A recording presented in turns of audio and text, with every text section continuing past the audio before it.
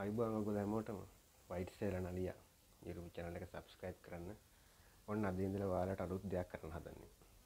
ගත්ත පොඩි බඩු ටිකක් ඉස්සරහට තියෙන වීඩියෝ ටික කරන්න ඕන නිසා. එකින් එක පෙන්නන්න නේ. මේ තියෙන්නේ ඉස්සෙල්ලාම ගත්ත පොඩි හෝල්ඩර් එකක්. ඒක ඇත්තටම පොඩි වගේ දෙන්නවට පොඩිවත් නෑ. හොඳට හයිය තියෙනවා. හොඳ එකක්. ඉතින් සේල නලියා ලැප්ටොප් එකෙත් එක්කම තමයි වැඩේට බහලා තියෙන්නේ. අනිත් ටික පෙන්නන්න ඔයාලට වොයිස් එක දාන්නත් එපා. වොයිස් එක දාන්නත් ගත්ත පොඩි හෙඩ්සෙට් එකක්. ඇත්තට මේක හොඳ මේකක් නෙමෙයි නමුත් දැනට හොඳයි. ඒකයි තව ඇඩැප්ටර් එකක් ගත්තා. USB එකට අයිටම් දෙක තුනක් ප්ලග් කරන්නත් එපා. ඒකටත් මේක ඇති වෙයි කියලා මම හිතනවා. බලමු.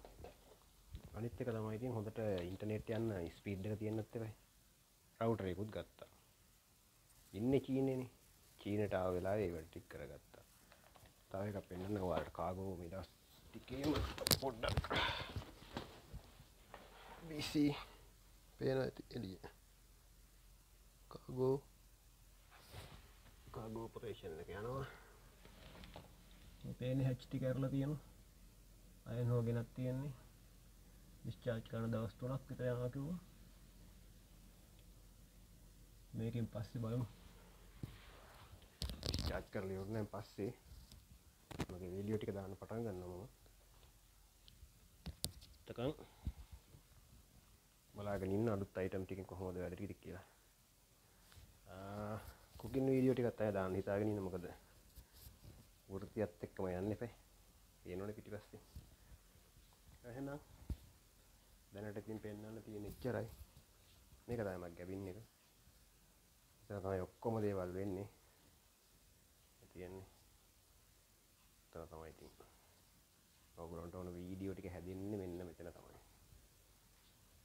උදේ 6 ඉඳලා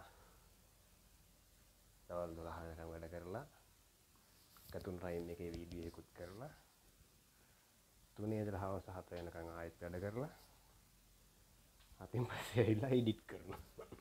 මේක තමයි ඉතින් අතලයක් තියෙනත් එපේ.